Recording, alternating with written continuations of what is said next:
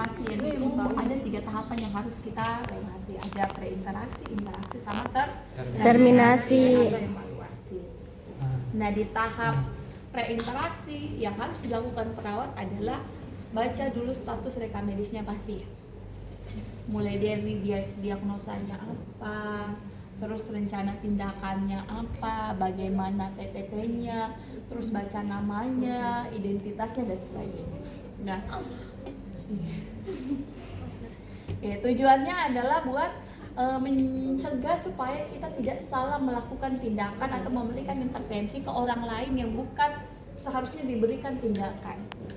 Terus juga memastikan bahwasanya ketika kita memberikan intervensi, kita bukannya menyehatkan tetapi menambah masalah kesehatan. Contohnya misalnya ibunya ada fraktur, tiba-tiba kita pergi gerakan kiri dan kanan, kamu angkat kiri dan kanan, kan itu menjadi masalah. Jadi harus dibaca baik-baik dulu rekam medisnya. Nah, setelah membaca rekam medis, baru dilanjutkan dengan persiapan alat. Oke, disiapkan alatnya, apa yang mau digunakan. Kalau sudah siap alatnya, baru kita ke tempat pasien. Sebenarnya ada sih tahap yang di beberapa referensi bilang siapkan kesiapan dirinya perawat. Dalam artian fisikisnya, jangan datang ke sana lagi bad mood, diatur suasana hatinya. Kalau misalnya lagi tidak memungkinkan untuk melakukan tindakan tersebut, mending di-offer saja ke orang lain, minta bantuan ke perawat lain. Takutnya pergi di sana dengan mood yang tidak bagus, yang ada bukannya kita menyelesaikan masalahnya pasien, kita bisa menambah masalah dan membuat konflik antara petugas kesehatan dengan pasien. Baikku. Taruh di sana baikku, taruh di sana. Sini aja. Jangan nomor berat itu deh. Oke. Lanjut lagi. Kalau ke tempat pasien, jangan ke tempat pasien itu terlalu banyak yang dipegang. Kalau sekiranya banyak bawaan atau peralatan yang mau digunakan saat melakukan pemeriksaan, sebaiknya bawa troli. Atau kalau misalnya troli terlalu besar, apalagi kalau cuma mau TTP, boleh pakai baki, lebih sopan. Jangan datang ke ruangannya pasien. Ini kamu taruh begini. Selamat pagi ibu, perkenalkan saya perawatnya. Ini tidak boleh sama sekali karena pada dasarnya ketika kita memberikan asuhan keperawatan pada pasien, kita juga memperhatikan yang namanya estetika atau seni atau keindahan. Bukan kita orang yang di pasar yang bawa karung segede apa terus duduk di situ suruh baru menawarkan pembeli. Bukan. Kita juga punya estetika ya. Terus kalau itu sudah ke tempat pasien. Nah, untuk ke tempat pasien kayaknya posisi kurang ini. Lagi mundur. Oke. Di tempat pasien yang pertama kita datang itu beri salam, terus perkenalkan diri. Nah, ini masuk dalam tahapan interaksi. Ibu, perkenalkan, saya perawat Nur Fitria Jumatrin, biasa dipanggil perawat Nur. Saya bekerja dari jam 8 pagi sampai dengan jam 2 siang nanti. Hari ini saya akan melakukan pemeriksaan fisik pada ibu. Oke, sebelum lanjut ke pertanyaan yang lain, kita akan memvalidasi identitas klien. Ibu benar dengan Ibu Fitri? Nah, kalau dia bilang benar, Ibu boleh saya lihat gelang pasiennya? Nah, itu namanya validasi dengan double cross check. Karena tidak semua pasien itu namanya cuma satu, ada yang mirip-mirip. Ya. Terus ada juga yang usianya mirip. Makanya dilihat dari tanggal, mulai dari nama, tanggal lahir sampai dengan alamat. Dilihat di gelang. Pasien. Ini hal simpel tapi suka banyak terjadi di rumah sakit. Harusnya tindakan A itu dikasihkan di pasien 1, ternyata dilakukan di pasien 2. Dan itu pernah saya alami. Saya salah infusnya pasien. Harusnya yang di dalam satu ruangan itu dia kelas 1 ada 2 bed. Harusnya yang di up itu sebelah sini. Saya ngapnya sebelah sini. Salah kan? Karena nggak perhatikan rekam medis. Dulu itu yang kami selalu ingat, Dek, bed ini ya. Dek, bed ini ya. Dek, bed ini. Mungkin pada saat itu beban kerja banyak, yang dilakukan banyak sehingga tidak fokus. Akhirnya apa? Salah melakukan tindakan dan berujung pada omelan keluarga pasien. Loh, kenapa harus di up? Ini kan belum ada instruksi dokter untuk pulang. Dan alhamdulillahnya pada saat itu setelah keluarga pasien mulai mau marah dan sedikit marah, ada instruksi dokter bilang pasien sebelah sudah bisa dipulangkan. Jadi aman lah ya, sudah saya ambil infusnya, ternyata bisa pulang. Hati-hati kamu tertidur ya. Oke, lanjut. Kalau sudah memvalidasi identitas, lanjut dengan tujuan. Ibu, tujuannya saya melakukan tindakan hari ini, pemeriksaan fisik, untuk mengetahui masalah-masalah kesehatan yang mungkin muncul pada ibu setelah bersalin, sehingga masalah tersebut bisa segera diatasi atau ditangani. Waktunya kurang lebih 10 sampai 20 menit, tempatnya di sini. Apakah ibu bersedia? Nah, kalau pasien bilang bersedia, lanjutkan dengan, Ibu, ada pertanyaan sebelum saya mulai melakukan tindakan? Siapa tahu dia penasaran, ini saya mau diapakan ya? Apa yang mau diperiksa? Supaya dia mau persiapkan diri. Bisa saja pasien berpikir seperti itu. Jadi kalau misalnya beliau tanya, ini pemeriksaannya seperti apa? Ya jelaskan. Nah, jadi nanti ibu, saya akan memeriksa ibu dari kepala sampai dengan ujung kaki. Dan mungkin ada akan melakukan pemeriksaan di area-area sensitif untuk bisa mengumpulkan data, sehingga ketika nanti ibu merasa tidak nyaman atau kurang atau merasa malu terhadap area-area sensitif yang harus saya buka, nanti akan saya tutup pakai sabir seperti itu. Oke? Ya. Setelah itu siapkan alat. Alatnya sudah ini karena kita satu set ya sama pemeriksaan perawatan perineum, harusnya ada TTP, tapi pada saat nanti ujian tidak ada lagi TTP. Jadi kalian pemeriksaannya tuh mulai dari dada, perut, kewanitaan sama ekstremitas. Jadi jangan mulai lagi dari tensi, jangan mulai lagi dari kepala. Jadi dia langsung fokus dada, perut, kewanitaan dan ekstremitas. Sampai di sini bisa? Bisa, nurse. Oke.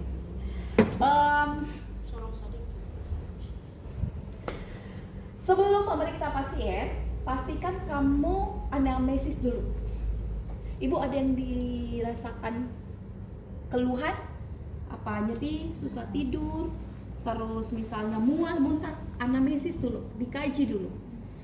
Ibu sebelumnya pakai kontrasepsi apa? Karena kan nanti endingnya kita akan menawarkan atau memberikan edukasi terkait dengan penggunaan kontrasepsi untuk mencegah kehamilan belum mencapai 2 tahun. Terus sudah itu kamu kalau mau tensi, kalau mau ukur tinggi badan, berat badan, silakan kamu lakukan dalam satu posisi. Jadi ketika memeriksa itu kita tidak boleh posisinya itu habis dia baring, duduk, balik lagi. Kalau misalnya berdiri bisa diselesaikan semua, selesaikan dulu yang berdiri. Duduk bisa diselesaikan semua, selesaikan dulu semua yang duduk. Dan baring bisa diselesaikan dengan posisi baring, selesaikan semuanya dalam baring. Jadi tidak boleh ada duduk, berdiri, baring. Ya, karena kamu mau melakukan pemeriksaan fisik pada ibu postpartum yang nantinya akan melakukan penekanan pada abdomen, tawarkan pasiennya untuk, Bu, nanti kan saya mau melakukan sedikit penekanan atau pencet bagian perutnya, boleh ibu kencing dulu, suruh pipis dulu. Karena nggak lucu pada saat kamu tekan, aduh selesai kencing, itu menambah waktu. Oke, jadi selesaikan dulu semuanya, suruh dulu dia pipis. Habis pipis kamu mau timbang berat badannya, tinggi badannya, lingkar lengannya, mau tensi selesaikan sebelum kamu kasih baring pasien. Aman? Aman. Oke. Terus kita mulai ke tahap kerja. Sampiran jangan lupa ditutup. Terus cuci tangan sama pasang handscoon. Di rumah sakit di Gorontalo tuh saya belum pernah lihat di ruangan perawatan itu ada wastafel. Kalau di tempat saya praktek belajar dulu, hampir di setiap ruangan perawatan baik kelas 1 maupun bangsal itu ada wastafel. Jadi kami sebelum melakukan tindakan memang benar-benar cuci tangan. Dan pasien pun juga bisa cuci tangan di situ. Yang penting jangan cuci piring. Beda cerita lagi itu. Oke, Ibu, kita bisa mulai untuk pemeriksaannya. Nah, karena kita mau buka pakaiannya Ibu, jadi diturunkan selimutnya. Turunnya tuh sesuai dengan kebutuhan. Kalau kamu mau periksa di bagian atas, ya turunkan saja yang atas. Jangan kamu periksa atas, kamu buka semua selimutnya. Nanti dia makin tidak nyaman. Jadi selesai buka sesuai dengan kebutuhan pada saat pemeriksaan. Ibu permisi ya. Jadi bata-beta Ki. Ya. Permisi Ki sama tubuhnya orang karena kita mau pegang. Ya. Ibu bisa dilepas sendiri pakaiannya. Kalau dia bisa lepas sendiri, suruh dia ngelepas. Kalau memang dia lepas sendiri itu dia tidak bisa dan potensi misalnya infusnya copot, apanya inilah, bantu dia. Jangan apa-apa semuanya perawat. Kalau bisa memandirikan keluarga pasien, silakan dimandirikan. Aku melihat kamu tuh kayak orang mau tidur. Oke, Ibu misi ya. Oke. Di bagian dada. Nah, di bagian dada itu ada 4 metode. Ada inspeksi, palpasi, perkusi, sama Auskultasi. Nah, yang pertama kita lihat itu adalah bentuk dadanya. Dia tipikal dada yang ada tipe-tipe kelainan tulang tengkok. Itu bukan tengkorak, apa sih ini? Tulang dada lah ya, toraks ya. Misalnya dia yang lordosis, nah, dia itu kan dadanya lebih besar dan sebagainya. Nah, itu yang kita lihat. Terus selanjutnya lihat simetris payudaranya. Kiri dan kanan sama tidak besarnya. Kalau misalnya tidak sama, nanti di cross check. Kenapa bisa dia tidak sama? Setelah itu lihat puting susunya. Puting susunya yang dia menonjol atau tidak, atau dia masuk ke dalam atau tidak. Terus setelah itu lihat puting susunya. Puting susunya itu besar atau kecil, retak atau tidak. Oke. Setelah diinspeksi kita lakukan Palpasi. untuk mengetahui hasil inspeksi kita datanya sama nggak dengan dipalpasi. Oke. Misalkan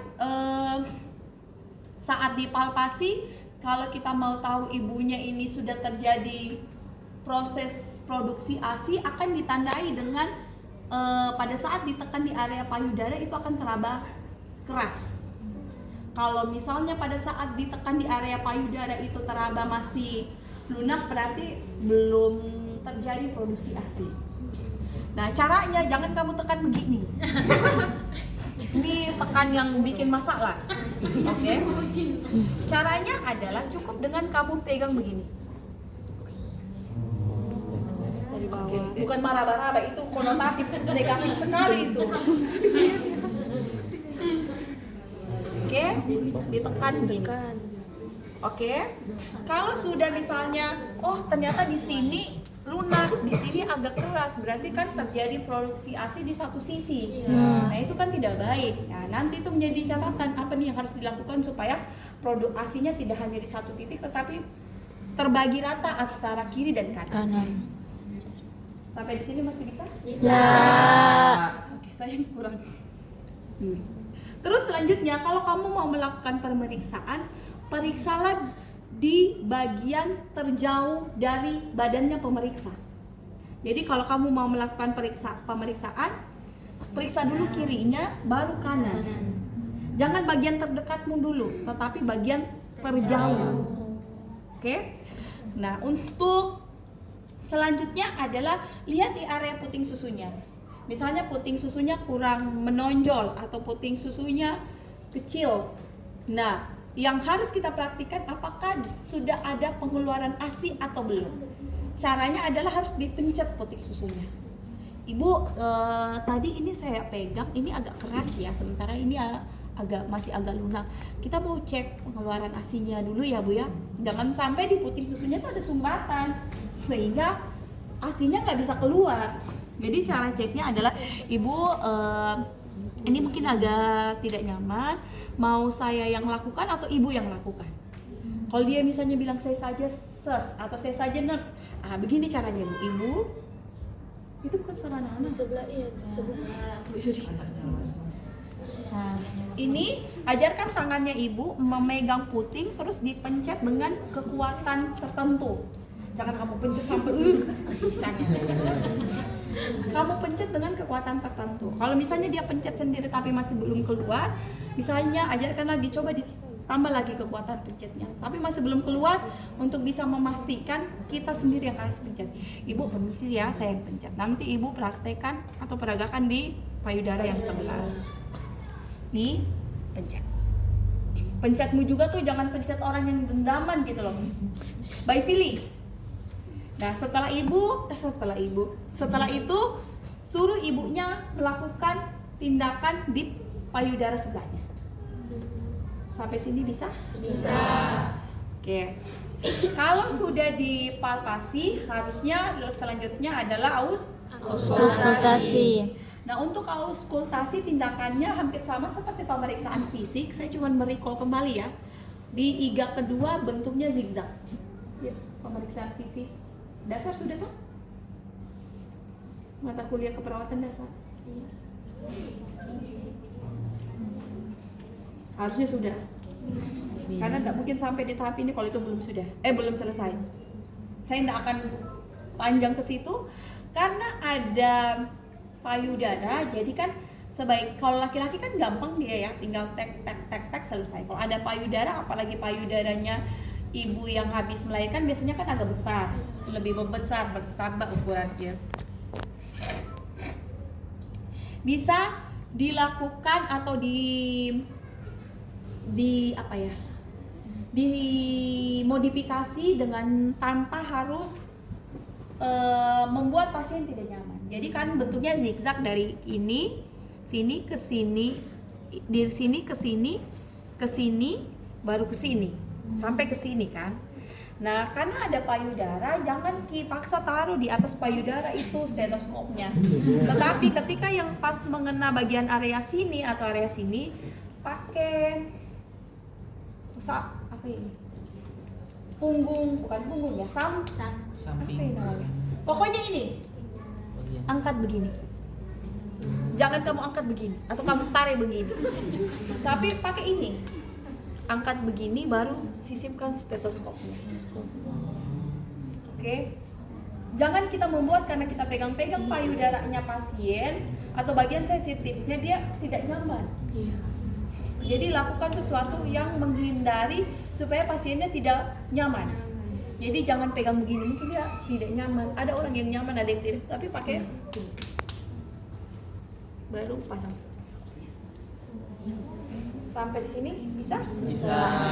Terus untuk perkusi. Nah, untuk perkusi itu silakan hampir sama seperti mengukur mendengarkan denyut jantung sama mengukur batas lapang paru, dia modelnya zigzag. Oke, jadi kayak gini. Nanti sebelah sini, ini kalau ada payudaranya nanti dikasih begini. Baru sampai sini. Kan kalau lapak paru dia mengikuti lengkungan dari tulang tengkorak. Bukan tengkorak, ini tengkorak ya, ini apa ini? Iga itu yang begini. Toraks. Setelah itu ini untuk mengukur apa ini bahasa ininya aku lupa. Kekuatan apa ya? Vokal vokal premitus itu untuk mengukur apakah memang benar-benar paru-paru kita itu tidak ada masalah. Caranya itu dengan karena ini kan kalau dia tidak ada, kalau payudaranya tidak besar, kita bisa begini di laki-laki. Terus bilang 7777 atau satu kata yang sama sebanyak 3 kali. 999. Nah, kalau di paru-paru kita sehat biasanya tuh akan ada getaran. Pada saat menyebut itu ada getarannya. Jangan di situ, di sini. Kamu di sini. 777. Pasti ada getaran. Iya ada. Jadi itu diukur kalau ini dia ada payudaranya jadi begini. Oke? Nah, itu harusnya dilakukan juga di bagian belakang. Sebenarnya depan belakang ya. Hanya karena biasanya paling banyak di depan, ya di depan saja yang kita peragakan. Oke? Kalau dada sudah selesai, silakan bisa ditutup sebagian. Atau kalau dia pakai baju yang kaos, diturunkan sampai dengan di area perut atau abdomen. Oke. Untuk di area abdomen. Nah, untuk pemeriksaan di abdomen itu agak berbeda seperti yang di dada. Kalau dada itu inspeksi, palpasi, perkusi sama auskultasi. Sementara kalau di abdomen inspeksi, auskultasi, perkusi, terakhir palpasi. Tahu kenapa alasannya dia berubah? KD, kalian di KD enggak dijelaskan. Mungkin dijelaskan, lupa ya. Oke. Kita inspeksi dulu. Mulai dilihat perutnya ada benjolan, setinggi mana perutnya, apakah dia setinggi pusat kah atau di bawah pusat, bisa kita lihat kan. Terus stretch marks-nya, ada jaringan sikatrit atau tidak dan sebagainya. Habis kalian inspeksi, lanjut dengan auskultasi. Auskultasi juga modelnya sama, dia zigzag. Jadi untuk mendengar bising usus. Terus setelah itu kita bisa perkusi untuk mendengar atau mengetahui di perut kita itu banyak gas atau tidak. Kalau banyak gas itu dia akan bunyinya hipertimpani, karena normalnya itu timpani. Jadi nanti diketukmu pakai tangan ya, jangan pakai palu-palu. Nah, yang terakhir adalah palpasi. Nah, palpasi di bagian abdomen itu untuk mengetahui tinggi fundus uterinya, mengetahui konsistensi dari rahim atau uterus, terus mau mengetahui di mana posisinya rahim, sama mau mengetahui rahimnya itu bulat atau tidak. Nah, untuk itu posisinya, kalau dari tadi kan saya posisinya begini sama begini. Untuk pemeriksaan di abdomen, palpasi posisinya begini. Oke? Posisinya sudah begini ya, bukan begini lagi, tapi posisinya begini. Supaya apa? Supaya kita lebih mudah mengumpulkan perutnya untuk bisa dibawa dalam satu titik untuk kita raba. Bukan raba sih, kita sentuh. Oke ya. Jadi caranya mulai dari simfisis pubis ini, tangannya dikasih begini. Jadi begini, kamu kalau mau mengumpulkan jangan begini. Ini sakit. Ini juga sakit. Pakai 4 atau 3. Begini. Ibu, ini agak sedikit kurang nyaman ya, bisa ditahan atau nanti tarik napas panjang. Sampai dengan dia di prosesus hipoideus. Prosesus hipoideus itu ujung ininya iga. Ada satu yang begini di ujungnya. Dikumpul, setelah dikumpul diturunkan. Tarik ke bawah. Dorong dia ke bawah. Sampai merasakan mentok. Mentok itu sudah tidak bisa turun lagi ya. Mentok sudah tidak bisa turun lagi, baru diraba uterusnya, konsistensinya apa? Oh, dia keras, terus bulat. Posisinya di tengah. Berarti sesuai toh ya, dengan data yang harusnya diharapkan pada ibu postpartum. Satu lagi yang tertinggal, setelah kamu turunkan, cek dulu dia berapa jari di bawah pusat. Kalau dia baru 2 hari melahirkan berarti harusnya 1 jari atau dua Dua jari. di bawah pusat. Nanti kamu kasih masuk tanganmu di sini. 1 atau 2. Dua. Baru lanjut periksa konsistensi uterus. Dia bulat atau lonjong, terus dia keras atau tidak, sama posisinya dia di tengah atau di samping. Sudah sampai sini? Nah, kalau ini sudah, hasilnya nanti kamu simpan di kepalamu, terus kamu dievaluasi, kamu kasih tahu pasien. Boleh juga kalau misalnya sementara memeriksa langsung menyebutkan hasil, tapi takutnya nanti pasiennya tuh cemas selama pemeriksaan, jadi sebaiknya dikasih tahu di Akhir. Tapi kalau kamu melakukan pemeriksaan begini sambil ajak pasien cerita nggak apa-apa, dibercandain supaya pasiennya tidak merasa lama dilakukan pemeriksaan. Mau kamu pakai bahasa daerah silakan, pakai bahasa Gorontalo silakan. Nah, kalau ini sudah, silakan dirapikan dan ditutup kembali. Nah, ibu di bagian dada sama perut sudah, sekarang di bagian kewanitaan ya Bu ya, kita mau lihat nih apakah kemarin bersalin dengan epis ya Bu ya, berapa jahit, masih ingat nggak?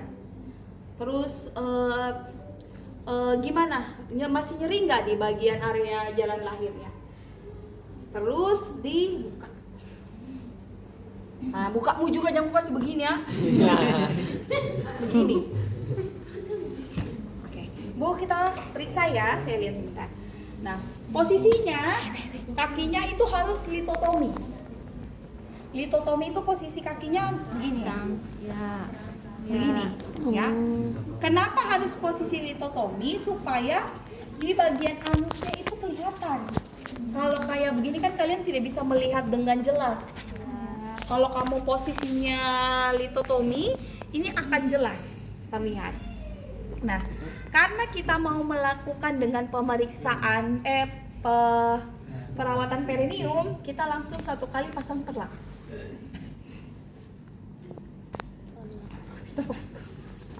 Nah, pasang perlak pun juga ada tekniknya. Bukan kayak ibu angkat dulu bokonya, langsung kasih masuk. Ah, tidak. Sebaiknya itu pasang perlak.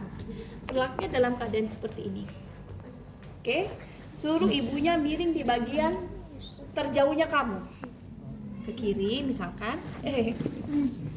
Di sini misalkan.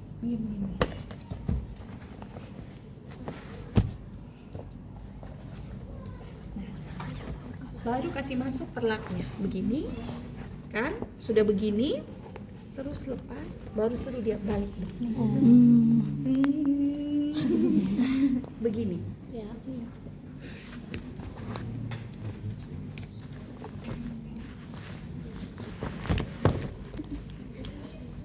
Oke. Setelah pasang perlak, yang harus dilakukan adalah di tahap inspeksi. Apa yang harus dilihat? Kita lihat bersih enggak keadaan area kewanitaannya. Nah, nanti kan pada saat kita mau buka ini dia masih menggunakan pakaian dalam atau pakai pembalut kah atau pakai pampers. Dibuka dulu pampersnya, baru dipasang ini ya.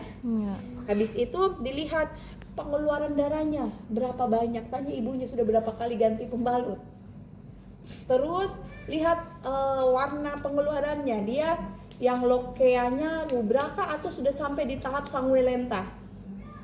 Terus habis itu perhatikan area kewanitaannya, bagian mana yang ruptur atau yang dijahit di bagian perineum atas bawah, sisi kiri atau sisi kanan.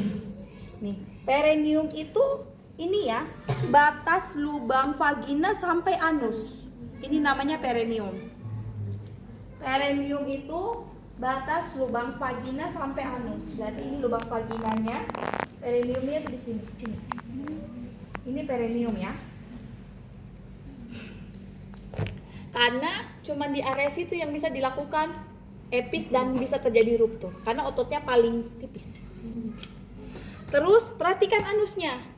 Anusnya itu apakah ada hemoroid atau tidak? Kalau ada hemoroid, lihat apakah hemoroidnya itu masuk dalam klasifikasi derajat berapa? 1, 2, 3 dan sebagainya. Nah, setelah dilihat, apa yang harus dilakukan? Dipalpasi. Tekan di area luka. Nyeri tidak? Oke. Apakah dia bengkak atau tidak? Kalau bengkak kan biasanya keras. Atau kalau dia bengkak biasanya panas. Terus kalau dia bengkak biasanya kalau terjadi penumpukan cairan akan keluar cairan kalau kita tekan. Nah, selanjutnya dilakukan dengan perawatan perineum. Kalau di SOP-mu itu perawatan perineum itu dia butuh pispot, butuh air hangat, sabun sama handscoon. Karena itu sudah tidak dipakai di rumah sakit, makanya aku ajarkan perawatan perineum yang biasa dia pakai di rumah sakit. Nah, SOPM itu mengacu pada Kemenkes, belum ada pembaharuan, sehingga saya tetap kasih kamu itu sesuai dengan SOP Kemenkes, karena untuk SOP PPNI itu memang belum ada dituliskan, tetapi saya ajarkan biasanya yang dilakukan di rumah sakit untuk perawatan perineum.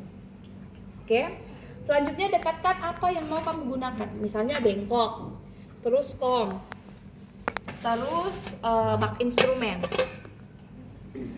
Nah, di bak instrumen ini ada isinya kasa sama pinset.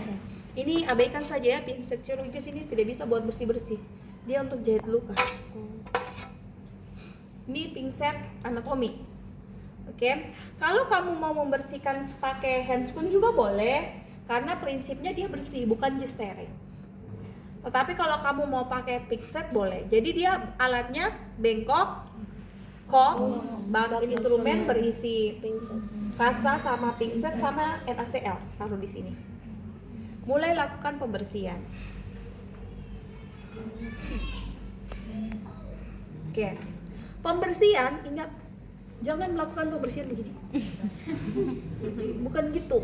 Pembersihan itu ini ujung labia mayoranya buka kasih lebar, buka begini. Ini kan tidak terbuka lebar karena fantom ya, dia tidak elastis. Buka lebar begini, baru melakukan pembersihan. Dia 1 kali usap ya, berarti dari labia mayora. Terus buang, ambil lagi labia mayora kiri. Kalau mau pakai 1 kapas 2 kali usap boleh, berarti ininya dulu. Habis itu ganti dengan ininya. Itu boleh, ya. Kalau misalnya rumah sakit yang masih tipe C dengan pasien yang datang itu masih sedikit, biasanya mereka lebih irit. Pakai 1 kasa untuk 2 kali usap. Terus buang. Alat yang sudah dipakai jangan masukkan lagi di bengkok. Jangan lagi masukkan di bak instrumen, taruh di bengkok. Nah, kalau itu sudah selesai, itu termasuk dengan ini ya, sampai di area perineumnya ya. Jadi di area luka itu dipencet-pencet begini, tekan-tekan gini. Misalkan kalau dia sebelah kiri, ditekan-tekan. Walaupun ibunya merasa sakit, tapi kasih tahu ibu ini harus saya tekan supaya kita bisa memastikan tidak ada penumpukan cairan di luka sehingga lukanya bisa cepat sembuh. Jadi ditekan kayak gini. Kalau ibunya kesakitan bilang, ibu tenang ya, sabar, ini cuma sebentar saja. Gitu. Kalau ini sudah, kembalikan ke tempat.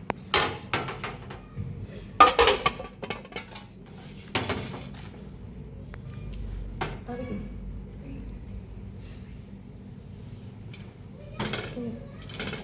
Oke.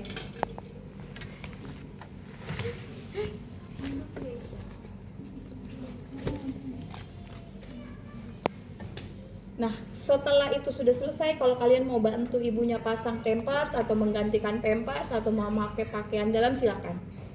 Kalau ibunya tidak mau ya sudah, jangan dipaksa. Ini bisa ditutup. Selanjutnya di bagian kaki. Nah, di bagian kaki ini yang salah satu menjadi ciri khas pemeriksaan fisik pada ibu postpartum itu adalah ada pemeriksaan untuk mengetahui tanda-tanda kalau terjadi di pena terjadinya penumpukan apa sih? Ada trombosis. Trombosis itu kayak apa ya? kayak plak yang bisa menyumbat pembuluh darah. Tapi itu cuma terjadinya di vena. Itu nama bahasa medisnya itu DVT, deep vena thrombosis, kayak kalau saya tidak salah. Nah, untuk bisa mengetahui itu kita pakai tanda pemeriksaan yang namanya itu Homan sign. Homan, bukan Hotman Paris. Homan sign. Nah, untuk mengetahui apakah ini ibunya beresiko ke arah DVT atau tidak. Caranya adalah nanti minta ibunya untuk mengangkat kakinya. Jadi posisi kita tuh bukan begini ya. Begini. Minta ibunya mengangkat kakinya seperti ini. Satu tangan taruh di pertengahan antara tulang femur dan tulang betis. Terus tekan kuat. Suruh ibunya melawan. Melawan itu bukan dalam artian tenang balik ya. Merespon tekanan yang diberikan. Jadi pegang begini, kasih kayak gini. Tujuannya buat apa? Untuk melihat kalau dia ada potensi DVT atau tidak. Karena kalau dia begini dan itu nyeri, curigai dia ke sana. Dan itu cuma ada di pemeriksaan fisik di maternitas. Di ibu postpartum. Di ibu hamil tidak ada. Sampai di sini bisa? Bisa. Ada yang mau ditanyakan? Kalau Mbak kasih keluar DP apa dulu? Parlak itu bagaimana? DP? Kalau mau kasih keluar boleh pakai cara yang di awal yang tadi, suruh dulu dia miring, kamu lipat begini, baru tarik. Jadi kan dia tidak kayak tarik langsung di bagian bokong, tetapi dengan cara itu tuh kamu lipat cepat baru tarik. Nah itu juga kamu kondisikan kalau pasienmu yang gemuk-gemuk sekali, yang kecil-kecil sekali, tidak semua bisa tekniknya bisa berhasil. Oke? Ada lagi? Iya, silakan. Iya. Ada lagi? Cukup? Jadi nanti pada saat ujian jelaskan di pra-interaksinya, interaksi, terus masuk pemeriksaan prosedural itu langsung dari sini, sama sini. Kalau di sini satu kali dengan perawatan periodik. Aman? Mundur. Ini masih rapat. Tuh.